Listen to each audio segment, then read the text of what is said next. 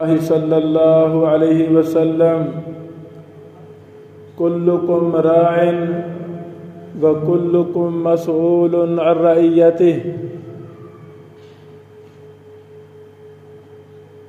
رسول اللہ صلی اللہ علیہ وسلم نے ارشاد فرمایا،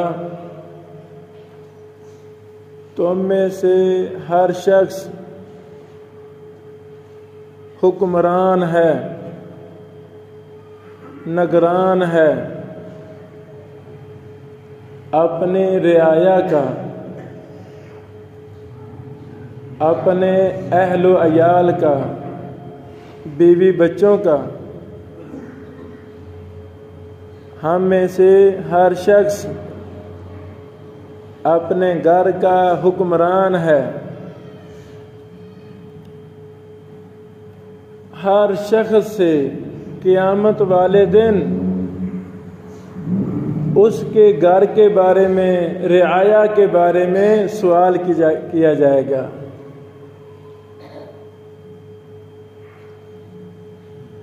ابھی کل ہم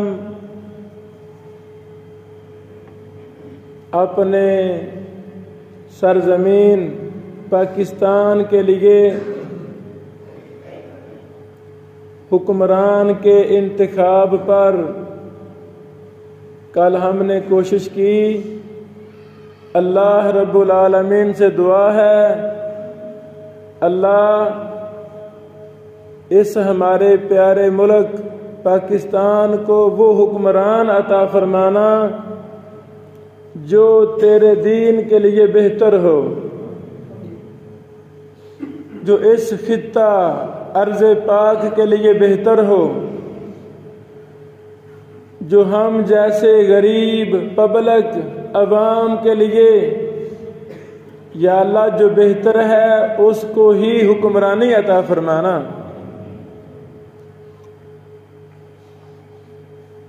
آج کی اس نشست میں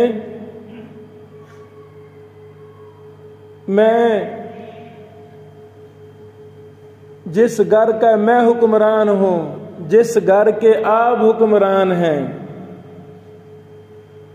اور ہر گھر کا سرپرست وہ اپنی چار دیواری کا، اپنے گھر کا حکمران ہے۔ اس حوالہ سے قرآن و حدیث کی سنہری تعلیمات میں سے کچھ آپ کے گوش گزار کرنا چاہتا ہوں،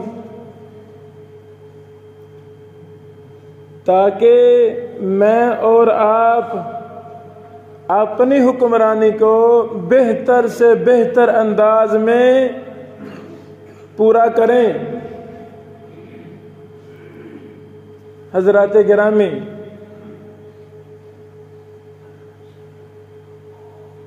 گھر کا حکمران کیسا ہونا چاہیے؟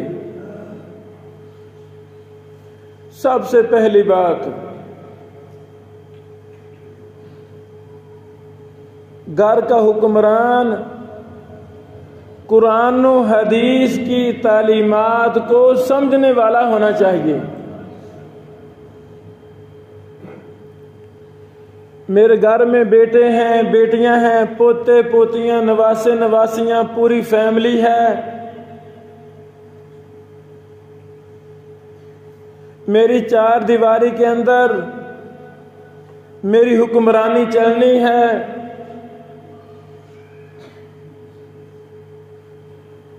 جب میں حکمران ہوں گھر کا، تو میں گھر کا معلم بھی ہوں، مربی بھی ہوں۔ ہر منٹ بعد کوئی نہ کوئی مسئلہ شیئر ہونا ہے۔ بیٹی نے اپنی پریشانیاں بتانی ہیں، بیٹے نے اپنی ٹینشنیں، کالج کی ٹینشنیں، یونیورسٹی کی، بازار کی، سیاست کی، ریاست کی، اخبار کی، ٹیلی ویژن کی، سوشل میڈیا کی، ہر طرف فتنوں کے تیر ہیں نوجوانوں کی طرف۔ اس نے اپنی چیزیں شیئر کرنی ہیں. ابو جی آج میں نے یہ پڑھا، استاد نے آج یہ کہا. کون گھر کا حکمران ان ساری ٹینشنوں کو صحیح طور پر حل کر سکے گا؟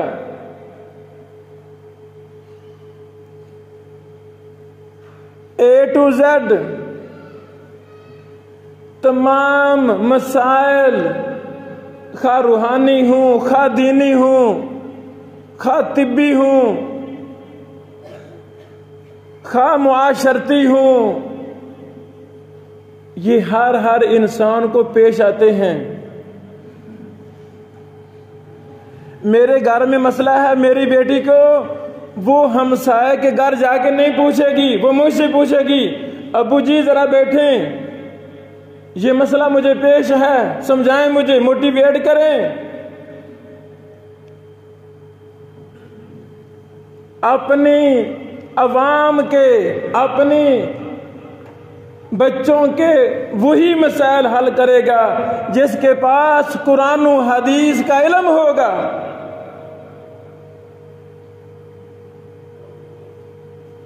اگر میرے پاس قرآن و حدیث کا علم نہیں ہے،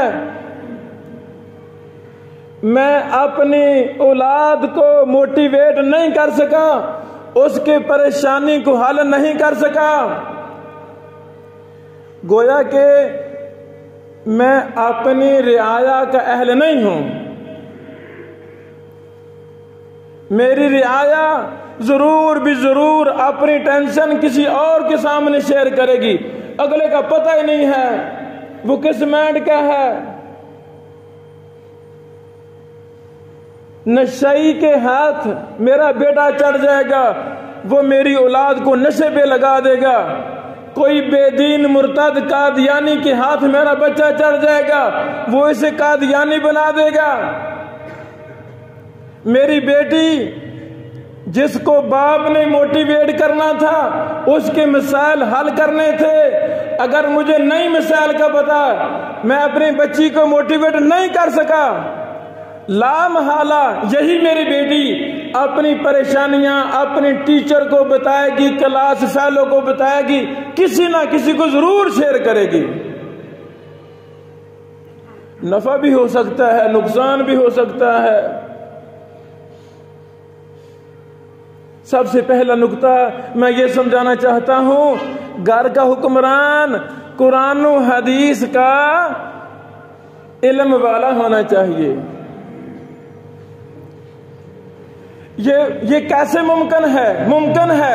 کیسے ممکن ہے؟ ہم نے جب ہم اپنے بیٹے بیٹی کی شادی کرتے ہیں، دوسرے لفظوں میں ہم ایک نئی ریاست کا آغاز کر رہے ہوتے ہیں. نیا حکمران اپنی نسل سے منتخب کر رہے ہوتے ہیں. شادی سے میری نسل ایک نئی حکومت کی طرف جا رہی ہوتی ہے. اللہ معاف فرمائے، میں بوڑھا ہو گیا، وقت نہیں ملا، مصروفیات کی وجہ سے قرآن حدیث نہیں سیکھ سکا. بات ٹھیک ہے بھائی جان نے بات صحیح کی ہے، قرآن و حدیث کا علم جس کے پاس ہوگا وہی گھر کی حکمرانی کے اہل ہے. بات صحیح ہے. چلو بچوں پہ اپلائی کرتے ہیں. طریقہ کیا ہے؟ طریقہ یہ ہے جیسے ہم نے شرطیں لگائی ہیں، بیٹا 16 جماعتیں کرے گا پھر آپ کی شادی کریں گے. شرطیں ہم گھروں میں لگا دیتے ہیں، جاب کرے گا پھر شادی کریں گے، چلو بی ایڈ کر لے پھر شادی کریں گے. شرطیں لگائی ہم نے گھروں کے اندر. باپ شرط لگا دیتا ہے پھر پورا کرتا ہے. اپنی شرطوں میں ایک یہ بھی شرط کا اضافہ کر لیں، بیٹا بیٹی شادی تب کرنی ہے جب تک قرآن مجید کا ترجمہ تفسیر کے ساتھ نہ پڑھ لے، شادی نہیں کروں گا. بی ایڈ بھی کر بیٹا، تھوڑا تھوڑا قاری صاحب کو، حافظ صاحب کو وقت دے، قرآن کریم کا ترجمہ پڑھ لے، پھر شادی کروں گا. بیٹا ساتھ ایک چھوٹی سی حدیث کی کتاب صرف بلوغ المرام پڑھ لے۔ یہ کون سی کتاب ہے جس میں محمد رسول اللہ صلی اللہ علیہ وسلم کے فرامین ہیں، زندگی گزارنے کے اصول بیان کیے گئے ہیں۔ ویسے ہم بڑی مشکل شرطیں اپنی اولاد سے منوا لیتے ہیں، چلو میرے اندر تو اہلیت نہ تھی گھر کی صحیح حکمرانی کی، اپنی نسل میں یہ میں کام شروع کر سکتا ہوں۔ پہلی شرط کیا ہے؟ میرے بچوں دنیا بھی پڑھو، ساتھ دین کے ساتھ بھی اٹیچ رہو۔ انشاءاللہ جو مجھ سے غلطیاں ہوئیں، غفلتیں ہوئیں، اپنی اولاد کی تعلیم و تربیت میں مجھ سے 100% میں نہ کر سکا، اب پچھتائے کیا ہو جب چڑیاں چوگیں کھیت کے تحت، کوئی مسئلہ نہیں ہے، ہمت نہیں ہارنی۔ ہم نے اپنی نسل کو یہ ٹریننگ دینی ہے۔ بچوں قرآن و حدیث کا ترجمہ جب پڑھ لیں گے آپ کی شادی ہم کریں گے، یہ پہلا اصول ہے۔ گھر کا حکمران کیسا ہونا چاہیے؟ انصاف کرنے والا، عادل ہونا چاہیے۔ جو شخص جذباتی ہے، غصے والا ہے، وہ انصاف نہیں کرتا۔ انصاف کون کرے گا؟ جو تحمل مزاج ہے، بردبار ہے،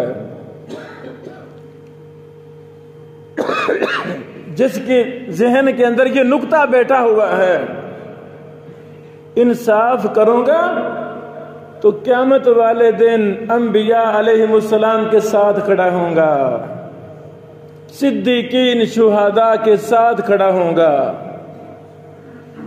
جو باپ عادل نہیں ہے، انصاف نہیں کرتا، اس کی دنیا بھی خراب ہے، آخرت بھی خراب ہے۔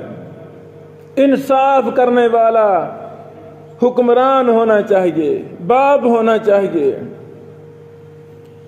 ایک بچہ پی ایچ ڈی کر گیا ہے، دوسرا بچہ بیچارہ پرائمری پاس ہے۔ میں باپ ہوں، جو میرا بچہ پی ایچ ڈی کر گیا ہے اس کا گھر کوٹھی بنگلہ عالی شان بنا دیا میں نے، جو پرائمری پاس ہے سادہ مادہ گھر بنا دے دیا۔ ہائی لیول پڑھا لکھا، اس پر سب کچھ قربان ہے، بیچارہ تھوڑا پڑھا لکھا اس کو پوچھتا ہی نہیں۔ باپ کون ہونا چاہیے؟ گھر کا حکمران کیسا ہونا چاہیے؟ جو انصاف کرنے والا ہو۔ کون کتنا پڑھا ہے، کون تھوڑا، کون زیادہ پڑھا ہے، یہ میرے بچوں کے مقدر ہیں، میرے بس میں نہیں ہے۔ میں نے کوشش کی سارے پڑھو،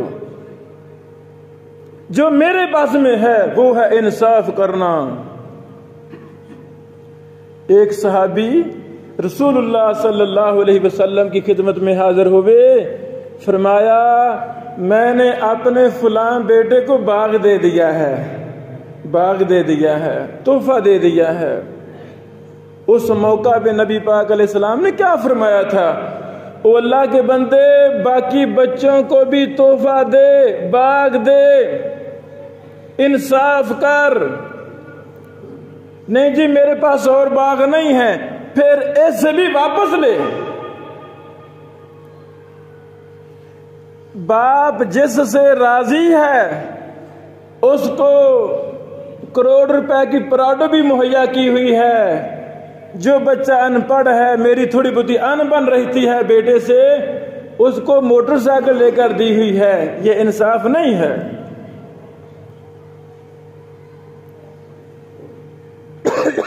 نقصان کیا ہے؟ یاد رکھیں، اگر آج میں ناانصافی کروں گا، میں اپنی نسلوں کو یہ غلط سبق دے کر فوت ہو رہا ہوں کہ بچوں تم نے بھی آگے ناانصافیاں کرنی ہیں۔ اصول فقہ ایک علم ہے، ایک قاعدہ ہے، قاعدہ فقہیہ، الفعل ابلغ من القول۔ میری نسل جو مجھے دیکھ کر مجھ سے سیکھتی ہے، مجھے دیکھ کر وہ میرے زبان سے نکلے ہوئے الفاظ سے تھوڑا سیکھتی ہے۔ اولاد جو کچھ دیکھتی ہے اپنے ماں باپ کو، اس پر زیادہ اثر ہوتا ہے۔ عمل یاد رکھیں، جو ماں باپ انصاف نہیں کرتے وہ خود بھی صراط مستقیم سے ہٹے ہوئے ہیں، اپنی نسلوں کو بھی یہ سبق دے کر فوت ہو رہے ہیں۔ تم نے کل کو انصاف نہیں کرنا۔ تھوڑا سا پانی لانا بیٹا، پانی لانا۔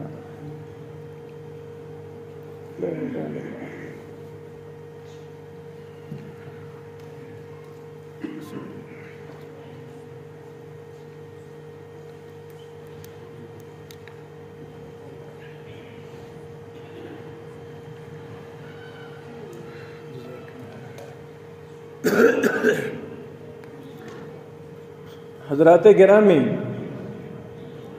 تیسری چیز، اللہ اکبر اللہ اکبر، جھوٹ۔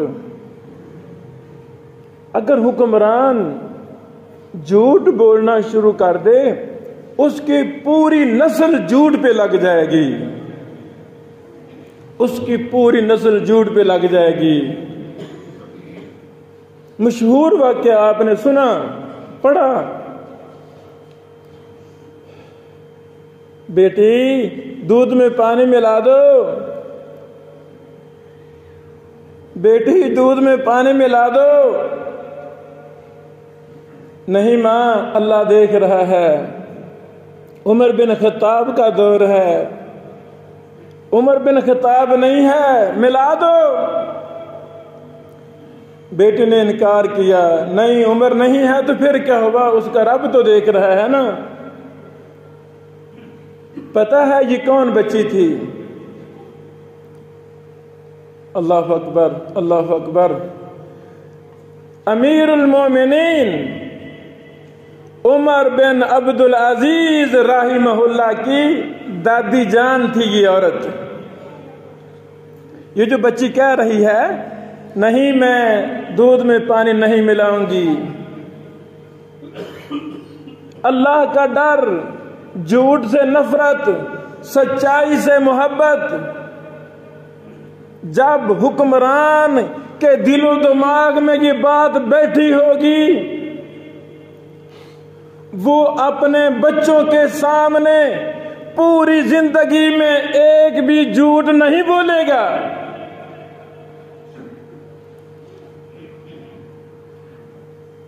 مسلمانوں، ہمیں کیا ہو گیا ہے؟ چھوٹی چھوٹی بات پر جھوٹ۔ 10 روپے کی خاطر جھوٹ، 1 لاکھ کی خاطر جھوٹ۔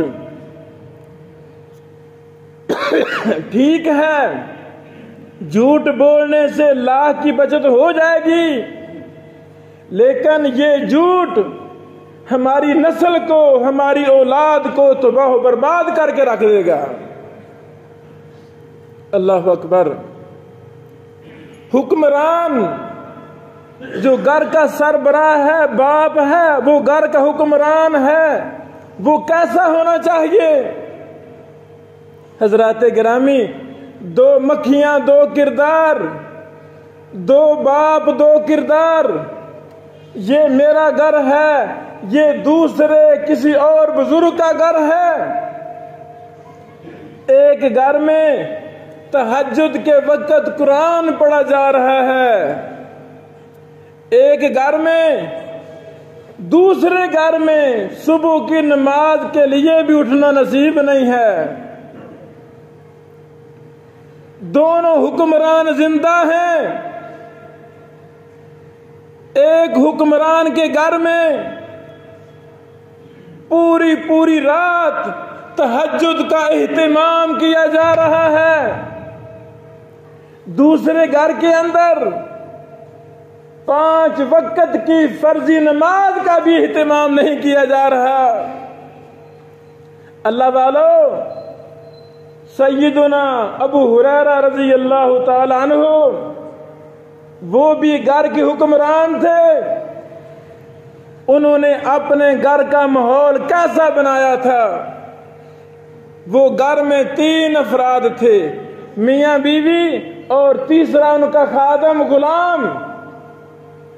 ابو ہریرہ رضی اللہ تعالیٰ عنہ عشاء کی نماز پڑھنے کے بعد انہوں نے رات کو 3 حصوں میں تقسیم کیا تھا۔ باپ خود ابو ہریرہ جلدی سو جاتے تھے، بیوی صاحبہ جلدی سے سو جاتی۔ غلام کی ڈیوٹی تھی کہ آپ نے تیسرا حصہ رات کا عبادت کرنی ہے، تہجد پڑھنی ہے۔ جب تیری ڈیوٹی تہجد کی ختم ہو جائے پھر تو نے میری بیوی صاحبہ کو بیدار کر دینا ہے، خود سو جانا ہے۔ دوسرا پہر، درمیانی رات کا تیسرا حصہ بیوی صاحبہ عبادت اور تہجد کر رہی ہیں۔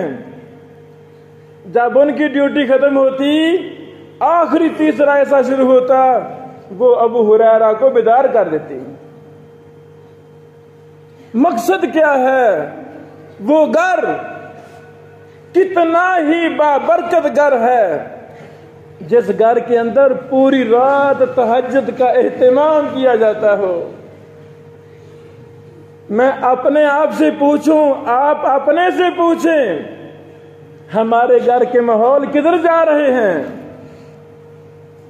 ہوں میں حکمران، جو چاہتا ہوں کر سکتا ہوں، لیکن افسوس کہ ہم نے اپنے گھروں کا ماحول جس طرح بنانا چاہیے تھا ہم نے وہ نہیں بنایا۔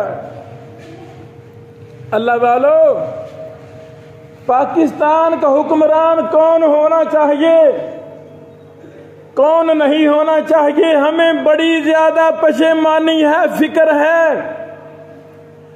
میں یہ نکتہ سمجھا رہا ہوں، ہم سارے گھر کے حکمران ہیں، گھر کا حکمران کیسا ہونا چاہیے؟ اللہ اکبر، اللہ اکبر۔ دمشق کے اندر، اللہ اکبر، دمشق کے اندر ایک محدث کو 3 دن سے خواب آ رہا ہے کہ فلاں گھر کا سرپرست وہ جنتی ہے۔ خواب کے اندر گھر کا نمبر بھی دکھائی دے رہا ہے، گلی نمبر بھی، محلہ نمبر بھی، شخص بھی۔ پریشان ہو گیا، معاملہ کیا ہے؟ گاڑی پکڑی، اسی سمت نکلے، اس گھر کے اندر سے ایک نوجوان نکلا، بیٹا میں نے تیرے بارے 3 دن سے مسلسل یہ خواب دیکھا ہے کہ تو جنتی شخص ہے، تیرا عمل کیا ہے؟ اس نے بہت بات کو چھپایا، بتانا نہیں چاہا، آخرکار بتانے پہ مجبور کر دیا گیا۔ پھر اس نے بتایا گھر کا حکمران کیسا ہونا چاہیے۔ اللہ اکبر، اللہ اکبر۔ انہوں نے ایک لمبا واقعہ سنایا، مختصر ایک جملے کے اندر یہی تھا کہ اس نے اپنی بیوی صاحبہ کے ایک سیریس مسئلے پر پردہ ڈالا تھا۔ اللہ کو راضی کرنے کے لیے، جنت کے حصول کے لیے، اپنی نسلوں کو یہ سبق دینے کے لیے کہ کوئی عیب رشتہ داروں میں، محلے میں، کسی بہن بیٹی کے اندر کوئی عیب مل جائے اس پر پردہ ڈالنا ہے، اس کو آگے شیئر نہیں کرنا۔ اللہ والو، ہمیں کیا ہو گیا ہے؟ ہمارے گھروں کے اندر عیب جوئی، عیوب کو تلاش کرنا، فلاں ایسا ہے، فلاں ایسا ہے، فلاں ایسا ہے۔ جس گھر کے اندر اس طرح باتیں ہو رہی ہوں، گویا ہم اپنی نسل کو یہ سبق دے رہے ہیں کہ بیٹو یہ لوگوں کے عیب تلاش کرنا، عیبوں کو ہوا دینا یہ کوئی جرم نہیں ہے۔ رسول اللہ صلی اللہ علیہ وسلم نے کیا فرمایا تھا؟ من ستر مسلمن سترہ اللہ یوم القیامہ، جو دنیا میں کسی کا عیب پر پردہ ڈالے گا اللہ اس کے عیب پر پردہ ڈالے گا۔ صحیح بخاری مسلم میں حدیث ہے،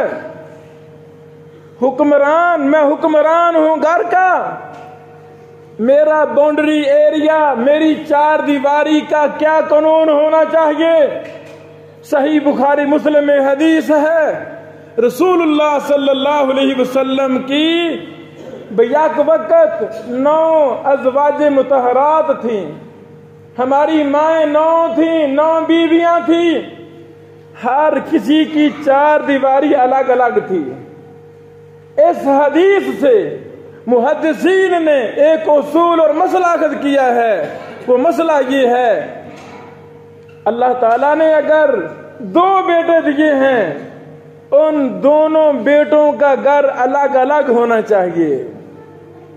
اللہ والو، ہم نے ایک ایسی رعایا تیار کرنی ہے جو دنیا کی مثالی قوم ہو۔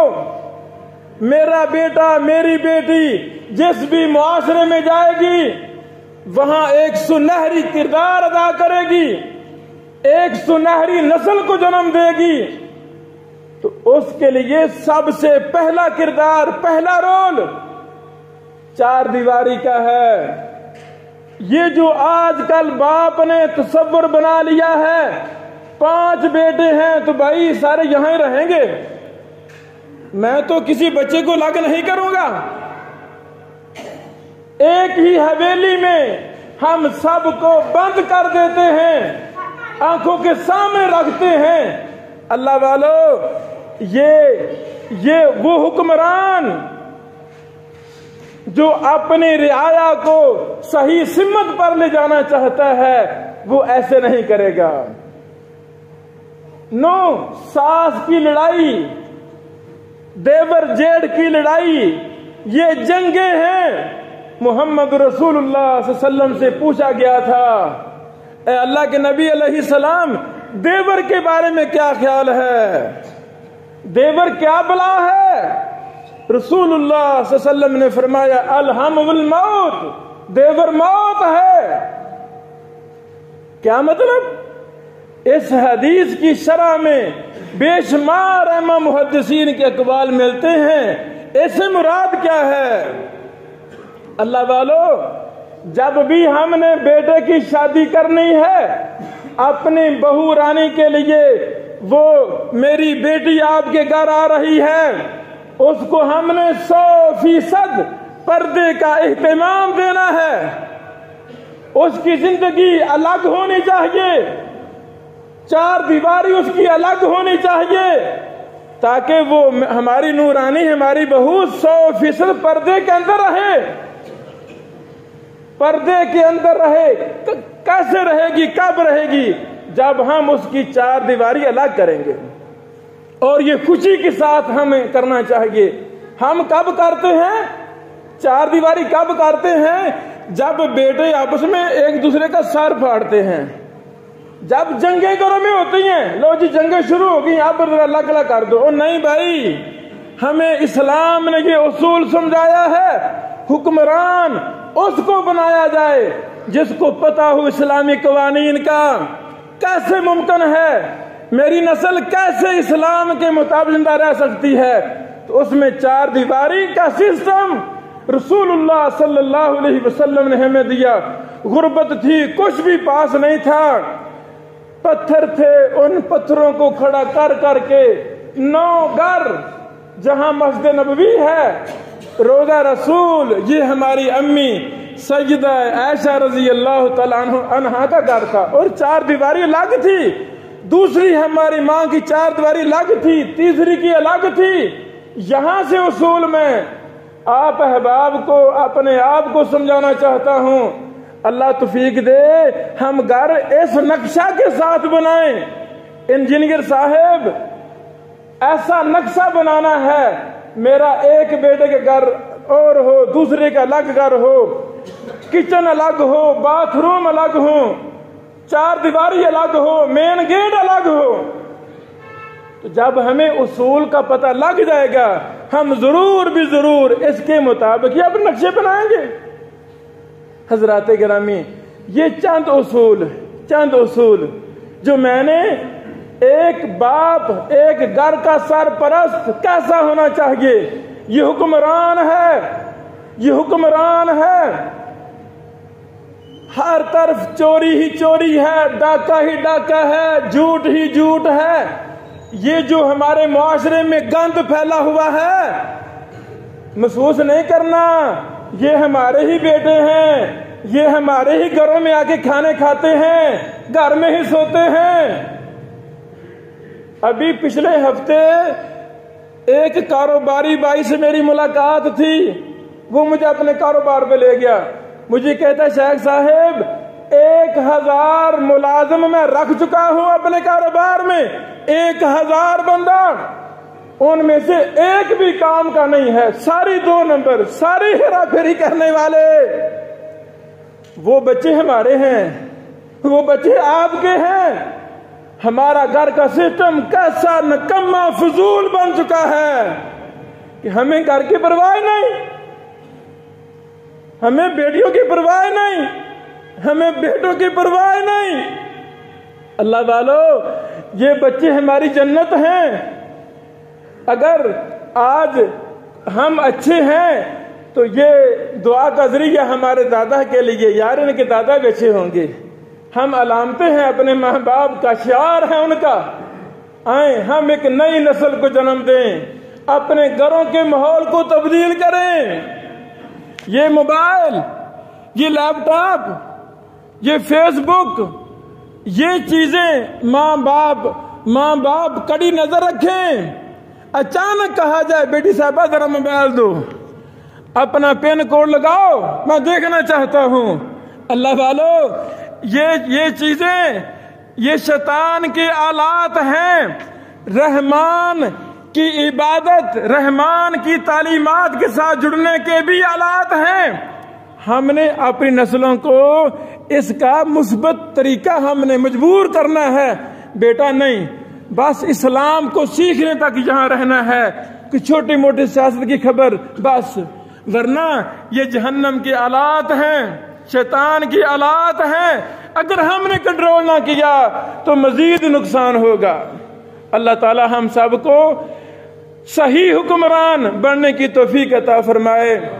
جب میں اپنے گھر کا صحیح حکمران ہوں گا، میرے گھر سے ہی کوئی قاضی بنے گا، میرے گھر سے ہی کوئی جج بنے گا، میرے گھر سے ہی کوئی ایم پی ایم این اے صدر وزیر اعظم بنے گا.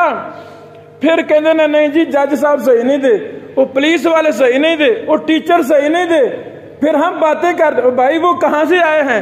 وہ ہماری ہی نسلیں ہیں، ہمارے ہی بچے ہیں. جب ہم نے ان کو ماحول ہی صحیح نہ دیا گھر کا، جب ہم نے ان کو قرآن و حدیث سے جوڑا ہی نہ، تو پھر ایسے ہی وزیر اعظم آنے تھے، پھر ایسے ہی صدر بننے تھے، ایسے ہی جج، ایسے ہی وابطہ والے. ہم کس کو گالیاں نہیں دیتے؟ بڑے گندے نے پولیس والے، بڑے نکمے نے وابطہ والے.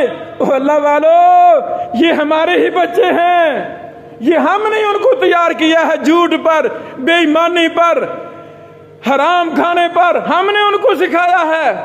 اللہ سے دعا ہے اللہ تعالی ہمیں صحیح مسلمان باپ بننے کی توفیق عطا فرمائے، گھر کے ماحول کو تبدیل کرنے کی توفیق عطا فرمائے. وآخر دعوانا ان الحمدللہ رب العالمین.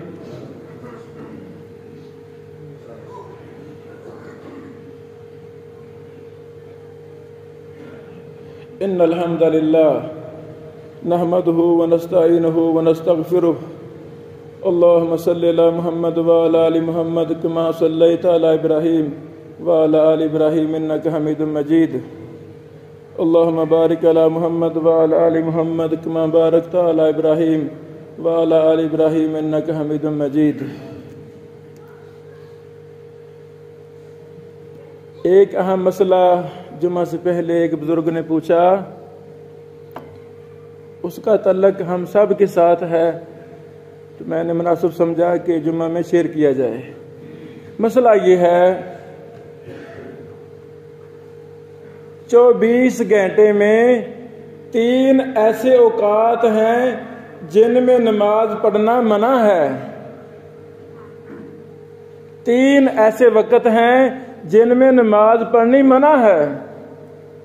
صحیح بخاری مسلم کی حدیث، جب سورج چڑھ رہا ہو، جب سورج سر پر ہو، جب سورج غروب ہو رہا ہو، یہ 3 وقت ایسے ہیں جن میں نماز پڑھنی منع ہے۔ میت کو قبر میں دفنانا بھی ان اوقات میں منع ہے، لیکن جمعے والے دن سورج کھا سر پر ہو، آپ نفل پڑھنا چاہتے ہیں، سنتے پڑھنا چاہتے ہیں، پڑھ سکتے ہیں، کوئی حرج نہیں ہے۔ یہ مستثنا ہے، اس کی دلیل بھی صحیح بخاری میں ہے۔ رسول اللہ صلی اللہ علیہ وسلم نے فرمایا، لمبی حدیث ہے، جس شخص نے غسل کیا، اچھے کپڑے پہنے، خوشبو لگائی، مسجد میں آیا، 2 گردنوں کو پھلانگا نہیں ہے، جہاں جگہ ملی وہاں پر اس نے نماز پڑھنی شروع کر دی، ما کتب لہ ما قدر لہ، جتنی مقدر میں ہے اتنی اس نے رکعتیں پڑھیں، یہاں تک کہ امام صاحب خطیب صاحب ممبر پہ چڑھ گئے۔ جب وہ خطیب سے ممبر پہ چڑھیں گے پھر وہ اپنے نفل جو پڑھ رہے ہیں وہ مکمل کر کے بیٹھ جائیں گے، مزید نہیں پڑھیں گے۔ یہ صحیح بخاری میں حدیث ہے، مسلم میں حدیث ہے۔ اس حدیث سے محدثین نے یہ مسئلہ اخذ کیا ہے، امام ابن تیمیہ رحمہ اللہ، ابن عثیمین اور دیگر کی ایک محدثین نے یہ وضاحت کی ہے کہ جمعہ والے دن اگر سورج سر پر ہو، جمعے والے دن ہم نماز نفلی وغیرہ پڑھ سکتے ہیں جب سورج سر پر ہو۔ جمعے والے دن سورج چڑھ رہا ہے، نماز پڑھنی منع ہے۔ سورج غروب ہو رہا ہے، جمعے والے دن نماز پڑھنی منع ہے۔ صرف جب سورج سر پر ہو تو ہم آتے ہیں، وہی ہمارا وقت ہے مسجد میں آنے کا، ابھی ٹائم ہے، 10 منٹ ہیں، 20 منٹ ہیں، ہمیں کہا گیا ہے جلدی آؤ، پہلے آؤ تاکہ قربانی کا صدقے کا تمہیں ثواب ملے۔ تو پھر آ کر ہمیں کہا گیا سنتوں کی نفلوں کی تعداد مقرر بھی نہیں ہے، 2 پڑھ لیں، 10 پڑھ لیں، 20 پڑھ لیں۔ خطیب کے ممبر پہ کھڑا ہونے سے پہلے نفل پڑھنے ہیں، نوافل سنتیں پڑھنی ہیں، جتنی مرضی بندہ پڑھ لے۔ تو یہ دلیل ہے اس مسئلہ میں کہ جمعہ والے دن ہم گھر سے آئیں، نفل نوافل پڑھنا شروع کر دیں، سورج سر پر ہو پھر بھی نفل پڑھنے جائز ہیں۔ اللہ سے دعا ہے اللہ تعالی ہمیں دینی مسائل کو سمجھنے کی توفیق عطا فرمائے۔ ربنا ظلمنا انفسنا وان لم تغفر لنا